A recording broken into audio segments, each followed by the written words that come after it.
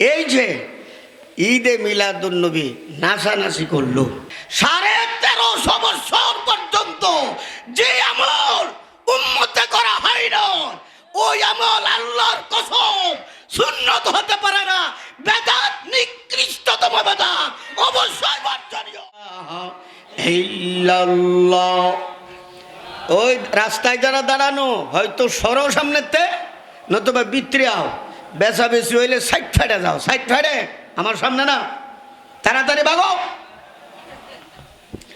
লা ইলাহা ইল্লাল্লাহ, জোরে জোরে মহব্বতে। ইল্লাল্লাহ, লা ইলাহা ইল্লাল্লাহ, লা ইলাহা ইল্লাল্লাহ, লা ইলাহা ইল্লাল্লাহ, লা ইলাহা ইল্লাল্লাহ, লা ইলাহা ইল্লাল্লাহু মুহাম্মাদুর রাসূলুল্লাহ। আমি যে আয়াত পড়ছি সবার কাছ থেকে বেশিরভাগ বক্তাগণ এই আয়াতটা পড়ে, কুল ইন কুনতুম তুহিব্বুনাল্লাহ। অর্থ কি? আল্লাহ বলেন, হে মুমিন বান্দা বান্দিগণ, হে নবী আপনি বলে দেন আপনার উম্মতকে, তারা যদি আমাকে ভালোবাসতে চায়, বলেন তো আমরা আল্লাহকে ভালোবাসতে চাই কিনা?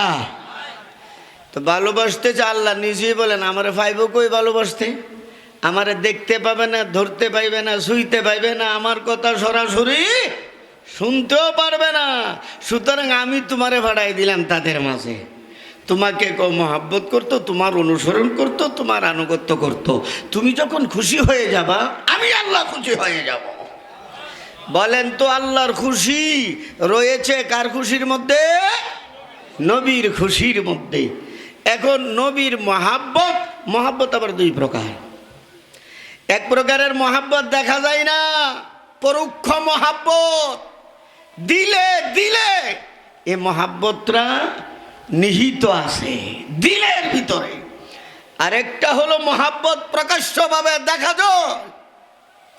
যেমন দেখেন নবী বলছেন নামাজ পড়ো, নবীর কথা শুনে যারা কায়েমি 5 ওয়াক্ত নামাজ পড়তেছে, এতেই বোঝা যায় নবীরে মহাব্বত করে।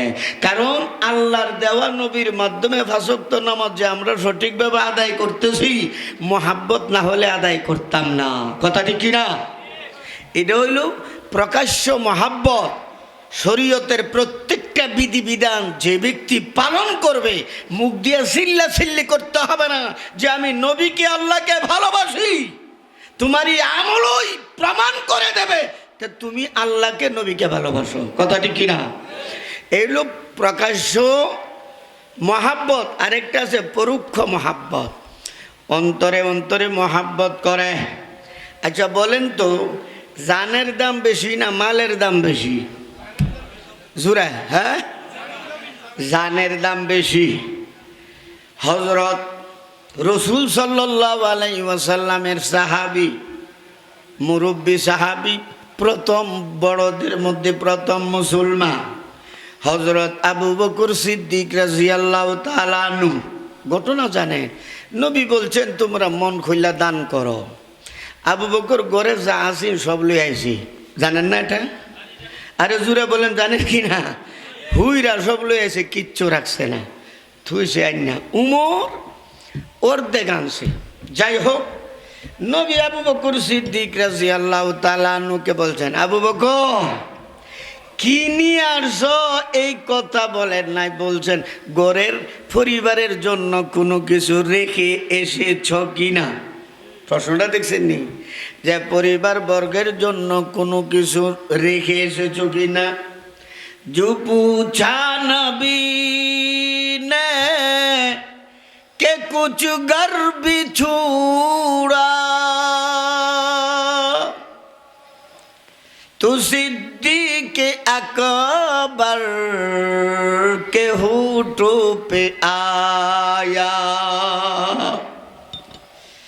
वहाँ माल दौलत कि क्या है जरूरत वहाँ मालो दौलत कि क्या है जरूरत जहाँ जा लुटाने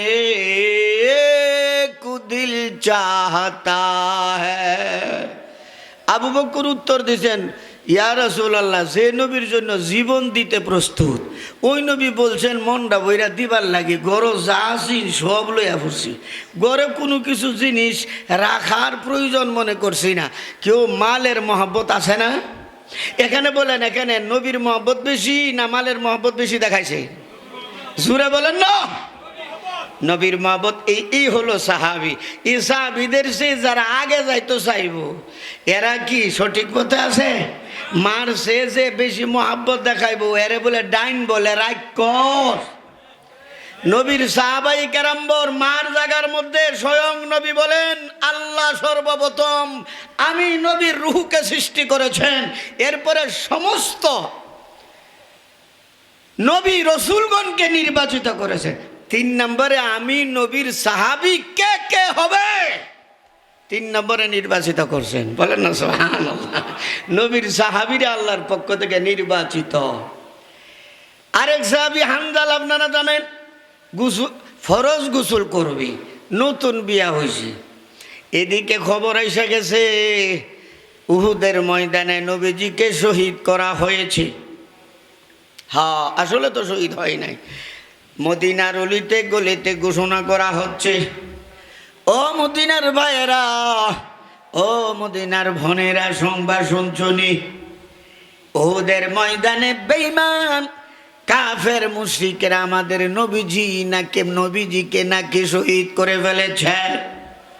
হযরত হানজালা রাদিয়াল্লাহু তাআলা আনহু মেসওয়াক করতেছেন, গোসল করবেন, এমন সময় আওয়াজটা এসে গেছে, জাহাদে মুহাব্বত কি আওয়াজ গूंजी, कहा हंजला ने ये दुल्हन से अपने इजाजत अगर है तुझा में शहादत लबों से मिलाने को दिल चाहता है। সঙ্গে সঙ্গে হানজালা স্ত্রীরে ডাক দিছে, কথা শুনো, তুমি একদিনের স্ত্রী, হ্যাঁ তোমার হাতের মেহেন্দি মাত্র লাগাইছো, একদিন হয়েছে, এখন নবীরে নাকি শহীদ করে লাইছে, নবীর বদলা তো আমার নিতেই হবে। আমি আমার এই জীবন আর রাখতে চাই না, নবীর বদলা না নেওয়ার আগ পর্যন্ত আমি ফিরে আসবো না, দেখা হইব আল্লাহর বানানো জান্নাতে। বলেন সুবহানাল্লাহ। তুমি আমারে বিদায় দাও, এই কথা কইয়া রওনা হয়ে গেছে, শহীদও হয়ে গেছে। বলেন তো নবীর মহাব্বতে হানজালা জীবন দিছে কিনা? আরে মালের চেয়ে মহাব্বত কিসে? জান। হযরত হানজালা তো কি দিয়া দিছেন? জান দিয়া দিছে। আর নবী বলছেন, খবরদার আমার সাহাবাই কেরামের আগে যাওয়ার চেষ্টা করবা না। সাহাবাই কেরামগণের পিছনে রাখি, আগে রাখিয়া তোমরা পিছনে পিছনে চলো। এখানে একটা ঘটনা শোনেন। এক বুজুর্গ, আসলে খাঁটি বুজুর্গ, দিলে দিলে নিয়ত করতেছে, চিন্তা ভাবনা করতেছে, যদি নবীর যুগে আমি জন্মগ্রহণ করতে পারতাম তা আবু বকর, উমর, উসমান আলী সবাইরে পিছে ফালাই দিলাম বলে, 1 নম্বরের ভক্ত আমি হয়ে গেলাম বলে। এমন ধারণা আমাদেরও আসে, সবারই আসে। এটা একটা ধারণা, কল্পনা। আসলে সে খাঁটি আল্লাহর ওলি ছিলেন, ধারণাটা তো ভালোই। তো রাত্রে স্বপ্নে দেখতেছেন নবী সাল্লাল্লাহু আলাইহি ওয়াসাল্লাম সাহাবায়ে কেরামের এক জমাত নিয়ে আসতেছেন। এই যে বুজুর্গ, আল্লাহওয়ালা বুজুর্গ গাছের ছায়ার নিচে দাঁড়ানো ছিলেন, দেখতেছে নবী আসতেছে, খুশি। আয়েশা নবীজি সাল্লাল্লাহু আলাইহি সাল্লাম কাছে আসার পর সালাম কালামের পর নবী তার হাতের দৌড়া লাইছে, কি করছে? নবী নিজে তার হাতে ধরছে, ধরে আসো আমার সাথে। আর খুশি কারে কো, সব সাহাবি পিছে, নবী তার হাতে ধরে সামনে নিতেছে শিক্ষা দিবার লাগি। একটু দূরে গিয়া দেখে ছোট্ট একটা ড্রেন, ওই পানি টানি যাইবার লাগে আর কি, ড্রেন করে না, এটা একটা কাক দিলে ওই পার হয়ে যেতে পারবে। ওই ড্রেনের কাছে না গিয়া নবী খার হয়ে গেছে গা। আর এই ড্রেনটা পার হচ্ছে না, তো ওই বুজুর্গ খার হয়ে গেছে গা। সঙ্গে সঙ্গে পিছন থেকে এক সাহাবি আইসা দইরা আইসা এই ড্রেনের মধ্যে চিত্তইয়া উপর হইয়া মুখ নিচে দিয়া ফিটটা উপরে ব্রিজের মতো বানাই লাইছে, টপ করে শুইয়া রাইছে। শুইয়া যাওয়ার পর নবী তার পিঠে পাড়া দিয়া ড্রেনটা অতিক্রম করছে। ওই পারে গিয়া বলেন, কি বুঝছ? আমার সাহাবিদেরকে নিয়ে এই ধরনের মন্তব্য করবো না, এই সাহাবিরা তো আল্লাহর পক্ষ থেকে নির্বাচিত। এর দুর্গতা বুঝছেন? এই যে রসুল সাল্লাল্লাহু আলাইহি সাল্লাম বলেন, মহিলারা শুনো, এই কথাগুলো আমার বলতে হবে। রসুল সাল্লাল্লাহু আলাইহি সাল্লাম বলেন, তোমরা কোনো দিনকে ঈদের দিন বানাইও না, তোমরা কোনো মাসকে ঈদের মাস বানাইও না। মুসান্নাফু আব্দুর রাজ্জাক 4 খণ্ড 291 পৃষ্ঠা, হাদিসের সিরিয়াল 7853। আমি চ্যালেঞ্জ করে দিছি অনেক আগে যে শুধু একটা হাদিসের উত্তর দাও। যারা জশ্নে জুলুস ঈদে মিলাদুন্নবী পালন করো, তোমাদের যুক্তি শোনার আমার এত সময় না। তোমার আগার মাগার এই যুক্তি হে যুক্তি শোনার আমার প্রয়োজন নাই। সরাসরি নবী নিজে নিষেধ করেছেন। কেউ নবী যেটা নিষেধ করছে ঈদটা করলে সুন্নি হওয়া যায় না।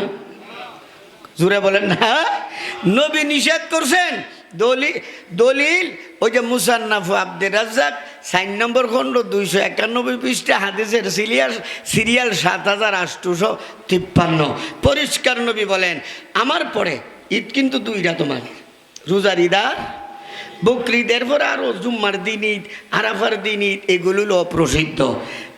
মুসলিম শরীফের হাদিস, স্বয়ং নবী বলেন, কদ আবদালাকুমুল্লাহু বিমা খায়রাম মিনহুমা ঈদুল আদহা ও ঈদুল ফিত্রি।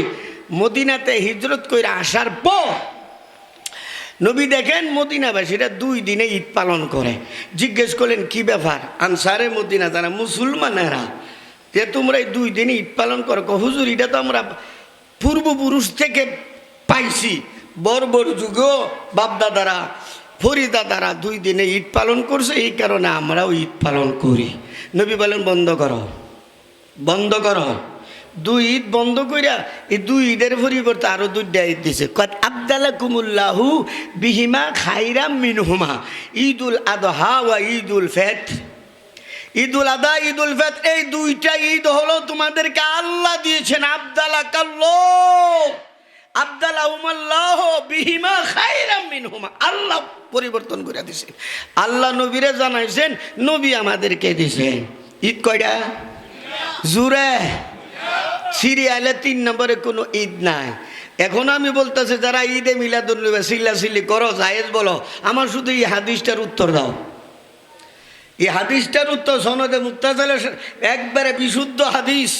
উত্তর দিব করতে থাকলে এনে, এরপরে নবীর মহব্বত করি, দলিল মলিলের দরকার নাই। এরপরে জায়গা হামনে নবীর মহব্বতে জশ্নে জুলুস ঈদে মিলাদুন্নবী করুম, দলিলের দরকার নাই। তুই এমন ফাগলামি কথা বলে তোর তোমার লোকে আমি কি করুম?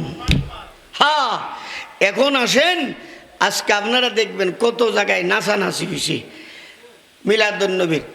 আচ্ছা, এই যে ঈদে মিলাদুন্নবী নাচানাচি করলো, রসুল তো নিষেধ করে গেছে।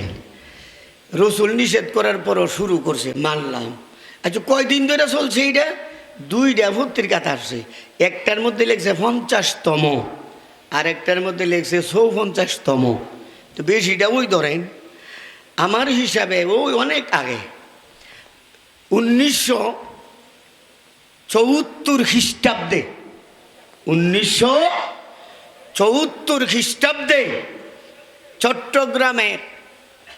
চট্টগ্রামে হ্যাঁ এক এলাকায় 16 সহ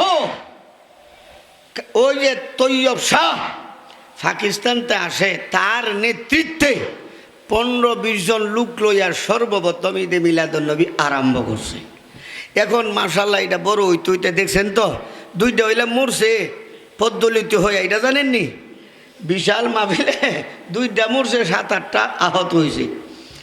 যাই হোক, এখন আমি বলতে চাই 54 বছর 54তম অথবা 50তম ঈদে মিলাদুন্নবী। এতে কি বুঝলেন এর আগে ঈদে মিলাদুন্নবী ছিল? তা নবী তো দুনিয়ার থেকে বিদায় হয়ে গেছে 1400 বছরের উপর হয়েছে। তাহলে বোঝা গেছে 1450 বাদ দেন 1350। নিকৃষ্টতম বেদাত তোদের কথার দ্বারা হবে যে 54 বছর আগে এটার অস্তিত্ব ছিল। আবার আমরা এটা করলে ইজতেমা করো কেন? আচ্ছা, আপনারা একটা তো বিবেক বুদ্ধি থাকার দরকার। ইজতেমা, তবলিগের ইজতেমার শাব্দিক অর্থ জমা হওয়া। আরাফার ময়দানে লাখ লাখ লোক জমা হয়েছে কি না? এখানেও ইজতেমার মধ্যে জমা হয়, এটার উচ্চ আসে। কিন্তু তোদের মতো লাফালাফি চিল্লাচিল্লি আসেনি। নবী যদি ইচ্ছা করতেন মদিনার অলিতে গলিতে লক্ষাধিক সাহাবায়ে কেরামকে লইয়া মিছিল একটা মাইরা দিয়াম, দুলা উঠলো হইলে মদিনার অলি গলি, নবী থাকতেন সামনে। কিন্তু নবী করছে? সাহাবায়ে কেরাম করছে? করে নাই। আরেকটা বিষয়, তবলিগও গেলে তবলিগের ইজতেমায় যায় একটা চিল্লার লাগে, কইল মাটি হয়ে যাইব গা, আলহামদু শুদ্ধ হইব, নামাজ ঠিক হইব। এগুলো তো আল্লাহ নিজে বলছেন এগুলো শিক্ষা অর্জন করো। তবলিগও গিয়া শিক্ষা অর্জন করে, এক চিল্লা দিয়ে আইসা বাড়িতে নামাজ ছাড়ে না, ছাড়লেও কয়েক মাস সরে, কথা ঠিক কিনা বলি না? কিন্তু নতুন নতুন নামাজের মহব্বত এসে যায়। তোরা যে আপনার নাচানাচি করলে সকাল থেকে নিয়া, তোরা এটার মধ্যে কি জিনিসটা পাইলে, কি শিখলে? আলহামদু শিখলে, একটাই তো নামাজই করছে না। তাহলে এই বেদাত, এই ঈদে মিলাদুন্নবী নিকৃষ্টতম বেদাত। কিন্তু দুঃখজনক ব্যাপার, কষ্ট আপনাদেরকে বেশি দিতাম না। দুঃখজনক ব্যাপার, আমাদের কওমি উলামার কিছু এমন বক্তা বাইরে গেছে গা। আরে ভাই, বক্তা লোকে চল্লা দেখ কত নম্বরের বক্তা। আমি আজকে বক্তাগিরি করি 25 বছর। বক্তা কত নম্বরে আছে, সিরিয়ালে কত আছে, কয় নম্বর সিঁড়ির মধ্যে আছে আমার বোঝান লাগতো না, বুঝি ভালো। তো এক বক্তা 2টা জাল হাদিস কইছে। কয়টা? এর আগে কিন্তু আমি তা তেমন খেল টেল করছি না, কই মুরব্বী মানুষ মনে হয় যে বারবার সতর্ক করার পরে যারা সতর্ক করছে হেরারে আরো উল্টা ধুলাই করছে। এত 2টা জাল হাদিস যে কইব হেও জাহান্নামী, জাল হাদিসের উপর যে আমল করবে সেও জাহান্নামী। বুখারী 21 পৃষ্ঠা 1ম খণ্ড। জাল হাদিস যে কইব হে কি? জাল হাদিসের উপর যে আমল করবে। এখন আসেন, ওই বক্তায় বলতেছে নবী সাল্লাল্লাহু আলাইহি সাল্লাম দুনিয়াতে আসার পরে যেহেতু তার বাবা নাই, খেলো না, খেলাধুলার দরকার আছে, এ খেলনা কেডা কিনা দিব? আব্বা থাকলে আব্বা কিনা দিলে হইলে। অথচ বিশুদ্ধ সনদে মুত্তাসিলের সাথে হাদিস আছে, নবীজি বলেন আমার যে দাদা ছিলেন, আমার যে চাচা ছিলেন, চাচার মোহাব্বত পাইয়া, ভালোবাসা পাইয়া, আদর যত্ন পাইয়া বাপের কথা আমি বুঝলা গেছি। চাচা কিন্তু চাচা ছিল আবু তালিব, এ চাচা এবং চাচার আগে দাদা সব দায়িত্ব আমার বহন করছে, যদিও আব্বা নাই। হুজুরে বলতেছে আসমানের চন্দ্র আইসা গেছে তার কাছে, নবীর কাছে আইসা নবীর সাথে খেলাধুলা করছে। এটা অসম্ভব না, নবীর জন্য তো সম্ভব। কিন্তু হুজুর যে বলছে এটা ভিত্তি নাই, এটার ভিত্তি নাই। হয়তো মন গড়া বলছে, নিজে বানায়া জনগণের মন আকৃষ্ট করবার লাগে, ভিত্তিহীন। এই জন্য এই মৌলবীর ওয়াজ ততক্ষণ পর্যন্ত শোনা যায় না যখন এই ভিত্তিহীন জাল কথাগুলো থেকে উনি কিনা করবেন, তওবা না করবেন। তওবা করতে হইব, ভিডিওতে আইসা যে আমার ভুল হয়ে গেছে। কারণ জাল হাদিস বর্ণনা করবা, ভিডিওতে, ইউটিউবে, ফেসবুকে সারা দুনিয়ার মানুষে শুনবে। আর একা একা তওবা করলে হইতো না, যেমনে করে এমনে তওবা করুন লাগবে। নাম্বার 2, এদের লাফালাফি করছে আজ সারাদিন, এদেরকে বৈধতা কেমনে দিছে আপনারা দেখবেন একবার সচকে। আমি 3-4 বার কথাটা শুনছি। আমি আস্তাগফিরুল্লাহ, আস্তাগফিরুল্লাহ। নবী যেদিন মারা গেছে ওই দিন ফেরেশতারা নাচানাচি করছে। ফেরেশতারা এত খুশি হয়েছে, ডুল বাজায়া ফেরেশতারা আমোদ প্রমোদ আনন্দ উল্লাস করছে। ডুল বাজায় কেন? আল হাবিব ইয়াসিলু ইলাল হাবিব, কারণ এক্ষুনি মৃত্যুর মাধ্যমে নবী আল্লাহর কাছে চলে যাবেন। এই যে একটা কথা, নবীর এন্তেকাল 12ই রবিউল আউয়াল, জন্ম 12ই রবিউল আউয়াল। এখন ফেরেশতারা যদি নবীর এন্তেকালের দিন ডুল বাজায়া নাচানাচি আনন্দ উল্লাস আমোদ প্রমোদ করতে পারে, তা আমরা নবীর উম্মত হয়ে এই তারিখে লাফালাফি জশ্নে জুলুস নাচানাচি করতে কেন পারবো না? কথাটা বুঝছেন না? আরে ফেরেশতারা যদি ডুল বাজায়া নাচতে পারে এই দিনে, তা আমরা নাচতাম না কেন? বর্তমান যুগের এই বেদাতীদের জশ্নে জুলুস ঈদে মিলাদুন নবীর বৈধতা দিচ্ছে এই মৌলবী।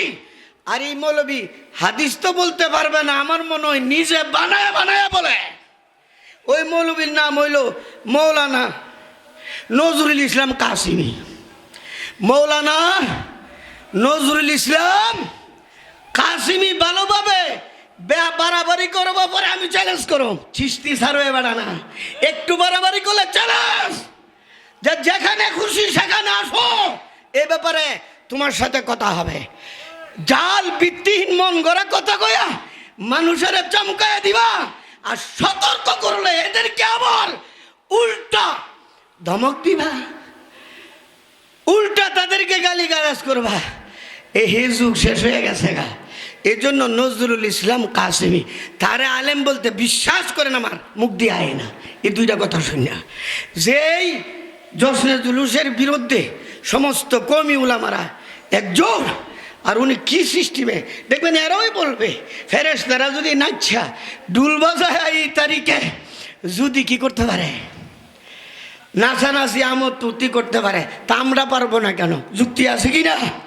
যারা পাগল হয়ে লইছে যুবকেরা, কিছু বুঝা শুন না যায়, হক কথা কোনটা? মিশার মধ্যে কিন্তু সবসময় মজা বেশি। এই জন্য বলে মিশির মধ্যে কি বেশি?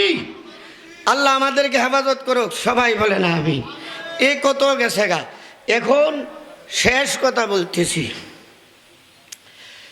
বুখারী শরীফের হাদিস। মহিলারা শুনো, তোমাদেরকে এখন কিছু আমলের কথা বলতেছি। বুখারী শরীফের হাদিস 92 পৃষ্ঠা তো আছে, আরো কয়েক জায়গাতে আছে। রসুল বলেন 7 প্রকারের লোকদেরকে আরশে আজিমের ছায়ার নিচে কি দিব? জোরে বলেন। আরশে আজিমের ছায়ার নিচে জায়গা দিবেন। যাদেরকে আরশে আজিমের ছায়ার নিচে জায়গা দেওয়া হবে, এদেরকে আল্লাহ জাহান্নামে দেবেন না। এটা বিশেষ মেহমান। তুই 1 প্রকার 2 3 4 5 6 না বাদ দিলাম, 6টা আমার সময়ও নাই, দরকারও নাই। এখন 7 নম্বরটা বলতেছি, ওয়ারাজুলুন যাকারাল্লাহ খালিয়া ফাফাজাতাইনা। নবীজি বলেন 7 নম্বরে ওই সকল বন্দাবান্দি, ওই সকল গুনাহগার বন্দাবান্দি যারা নীরবে বসে বসে আল্লাহর জিকির করছে, অতঃপর নিজের গুনাহগুলো স্মরণ করে করে আল্লাহর দরবারে মুনাজাত করছে। মুনাজাতের মধ্যে তার চোখের পানি আইসা গেছে। আল্লাহ বলেন দুনিয়ার সব সহ্য করতে পারি, কিন্তু গুনাহগার বান্দার চোখের পানি আমি সইতে পারি না। কোথাও যাওয়ার দরকার নাই, নীরবে বৈশা কিছু জিকির করো, চোখের পানি ছাইরে আল্লাহর দরবারে কান্দো, ইনশাল্লাহ মরার সময় তোমার ঈমান নসিব হবে। কবরের আযাব থেকে আল্লাহ হেফাজত করবেন। হাসরের ময়দানে আরশে আজিমের ছায়ার নিচে তোমার জায়গা দিবেন। একবার আমল বিশুদ্ধ হয়ে যাবে। আল্লাহ আমাদের সবাইকে এই হাদিসটার উপর আমল করা তৌফিক দান করুন। শেষ কথা, মুমেন মুর্দগান যারা আছে, কথা বুঝেন? বর্তমানে আলে হাদিস একটা দল আছে, এরা বলে দুনিয়াবাসী যতই দোয়া করুক, কোরআন খতম করুক, দান দক্ষিণা করুক, কবরবাসীতে ফসত না, কারণ যার যার আমল। লা তাজিরু ওয়াজিরাতু ভিজরা উখরা, একজনের আমলের কারণে আরেকজন উপকৃত হবে না, একজনের গুনার কারণে আরেকজনে শাস্তি ভোগ করবে না। এটা আহলে হাদিসদের কথা। কিন্তু আহলে সুন্নাত ওয়াল জামাতের কথা হইল, এই একটা পয়সা যদি তুমি আব্বার নামে দান করো, পাহাড় পরিমাণ বানায় আল্লাহ তার কবরে ঢোকান। কেউ ভাই সুবহানাল্লাহ জুড়ে কও না। এই জন্য মিশকাত শরীফের হাদিস, মাল মাইয়িতু ফিল কাবরি ইল্লা কাল গারিকিল মুস্তাগীস। মিশকাত শরীফের হাদিস, কবরে যারা অশান্তিতে আছে, মা বাবা ভাই বোন আত্মীয় স্বজন পাড়াপড়শি যারাই হোক না কেন, এরা নৌকা ডুবার পরে যেমন বাঁচাও বাঁচাও বাঁচাও বাঁচাও কইয়া কইতেও পারে না, মুখের মধ্যে ভানি জায়গায় শুধু হাত উড়াইতেছে এইভাবে এইভাবে, আমাকে বাঁচাও। এইভাবে কবরের বাসিন্দারা দুনিয়াবাসীর প্রতি ডাকতেছে, ও আমার কলিজার টুকরা ছেলে আমার জন্য কিছু করো, ও মেয়ে কিছু করো, ও আমার আব্বা করো, ও আমার মা আমার জন্য কিছু করো।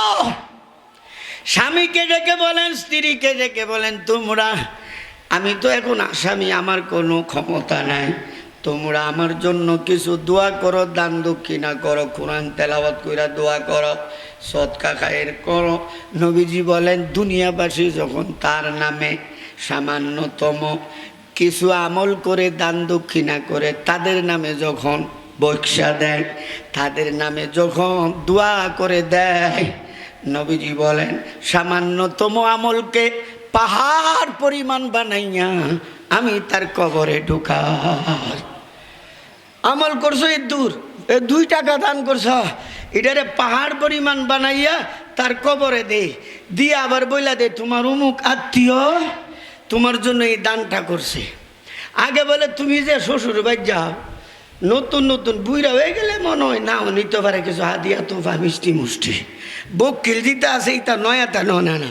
এই শ্বশুর বাড়িতে একটা আশা রাখে, শ্বশুর বাড়ি বুইরা না 120 বছর হইলো, এটা শ্বশুর বাড়ি, খালি হাতে যাইও না, কমপক্ষে একটা শুরু 20 টাকা করে হলো লইয়া যাইব। 10 টাকা দাম দিয়া কী করো, বিস্কুটের প্যাকেটও লইয়া যাইব, এত বকিলামি করো না। কোনো আত্মীয় যখন আরেক আত্মীয়ের ভাই যায়, হাদিয়া তোফা নিয়ে যায়, নবী বলেন দুনিয়াবাসীর পক্ষ থেকে কবরবাসীর প্রতি হাদিয়া হলো হয়তো দোয়া, তার জন্য ইস্তেগফার, নতুবা দান দক্ষিণা করা। বলেন সুবহানাল্লাহ। সুতরাং আজকের এই মাহফিল থেকে যে আলোচনা আমরা শুনছি, কারণ বেশি আলোচনা করলে পরে আবার বুইলা যাবেন গা সব। 2 বক্তা আবার শুনছেন চমৎকার, আর আমি কয়েক মিনিট উঠাফাটা বর্ণনা করলাম। এখন কবরবাসীর জন্য কি করতে হবে, মাঝে মধ্যে হুজুরারে দাওয়াত দিয়া খাওয়াই ভাই। ওই ইমাম সাহেবের লাগে, হুজুর আপনার লোকে 2-3 জন আসে, এই 10 জন 20 জন 25 জনের দরকার নেই, 2 জন ইমাম সাহেব মুয়াজ্জিনের দাওয়াত দেন, আমি যেমনি কই এমনি করবা। কিচ্ছু নাই, মনে হয়েছে আমার মার কথা, মা থাকলে খাইলে হইলে না, শুক্রবারে হুজুর ইমাম সাহেব মুয়াজ্জিন সাহেব আর খাদেম থাকলে খাদেম, 3 জন আমার ভাই 4টা খাইবেন, বাস খাওয়াই দাও। তুমি আল্লাহর কাছে দোয়া করো, আল্লাহ আমার সম্বলে যা আছি আমি আমার হুজুরদেরকে ইমাম সাহেবদেরকে খাওয়াইলাম, আল্লাহ এর উসিলে আমার মার কলজাটা ঠান্ডা করে দাও, আমার আব্বারে মাফ করে দাও। এইভাবে করবা। সামর্থ্য থাকলে আরও 10 জনের দাওয়াত দাও। উলামায়ে কেরাম, ফুকারায়ে কেরাম, ফকির মিসকিন যারা আছে এদেরকে, হাদিস শরীফ আছে তোমার খাবার যাতে মুত্তাকি আল্লাহওয়ালা বুজুর্গারা চাই খাও। বলেন সুবহানাল্লাহ। এর দ্বারা অনেকে না জায়েজ ফতোয়া দিবে, 1 কোটি বার জায়েজ, 1 বার আর 2 বার না। এদেরকে খাওয়াইবা, এদের কলিজা ঠান্ডা হয়ে যাবো গা, কবরবাসীর কলিজা ঠান্ডা হয়ে যাবে খাওয়ার মধ্যে। এমন 100 দুনিয়াতে দেখো না, দাদার থেকে শুনছি, দাদার থেকে শুনছি একবেলা ইচ্ছা মতন খাওয়াইছে সিরা দই, এরপরে মনে করেন গুড় কলামলা খাওয়ায়া সম্পত্তি 1 কোটি সম্পত্তি লেখা দালাইছে। দাদা দাদা ও থাকবার তো জায়গা নাই, আর ও কি লাগবো, কুকটু জায়গা বাড়ি বানতাম, খাওয়াইছে কিন্তু একবেলা। দই মই সিরা মিরা টাইট করে খাওয়ানোর পরে 1 কোটি জায়গা দালাইছে, 2 ঘন্টা 3 ঘন্টা জায়গা দিছে। প্রমাণ আছে না কোনছেন? আছে কি না? তাহলে খাবার অ্যাকশন আছে, এখানে খাওয়াইবা, ওখানে তোমার আব্বা আমার কলজা ঠান্ডা করবো রহমতের খাওয়ানোর দ্বারা। রহমতের খাওয়ানোর দ্বারা কলজা ঠান্ডা করে দিব। হ্যাঁ, এইটাতে কইছে, এটা খামাখা কথা। এটা হইলে ওই যে নজরুল ইসলাম কাসিমির আদিস আর কি, যে তোয়ামুল মাইতি মিতুল কালবা, মৃত ব্যক্তির বাড়িতে খাইলে নাকি কি হয়ে যা, মানে মৃত ব্যক্তির বাড়ি রইল কইটা ভাই, বেড়া তো গেছে গা, ওয়ারিশদের হাতে আইসা গেছে, বেড়া তো কবরও গেছে গা। মৃত ব্যক্তির বাদ খাইতা তা না 3 দিন 10 দিন 40 দিন একটা যে তামাশা বানায় এনেছে। বালাডারে 40 করতে পারবে না, 41 করো, 39 করো, 10 করো না, 11 9 করো, 3 দিনে করো না, 4 দিনে করো অথবা পরে। অর্থাৎ যে 3টা ডেট আছে, 3 দিন 10 দিন 40 দিন, এই 40 দিন বাদ দিয়া যে কোনো দিন করো খাইবা, এতে কোনো সন্দেহ নাই। যে মৌলবীরা কো না যায় না, এ মৌলবী কোনো বিজ্ঞ মৌলবী না যায় কইতো না। এই তো হলো আন্দা দুন্দা, এই যে কইছে কলম ময়রা জায়গা, এটা ফতো স্বামীর মধ্যে আইছে।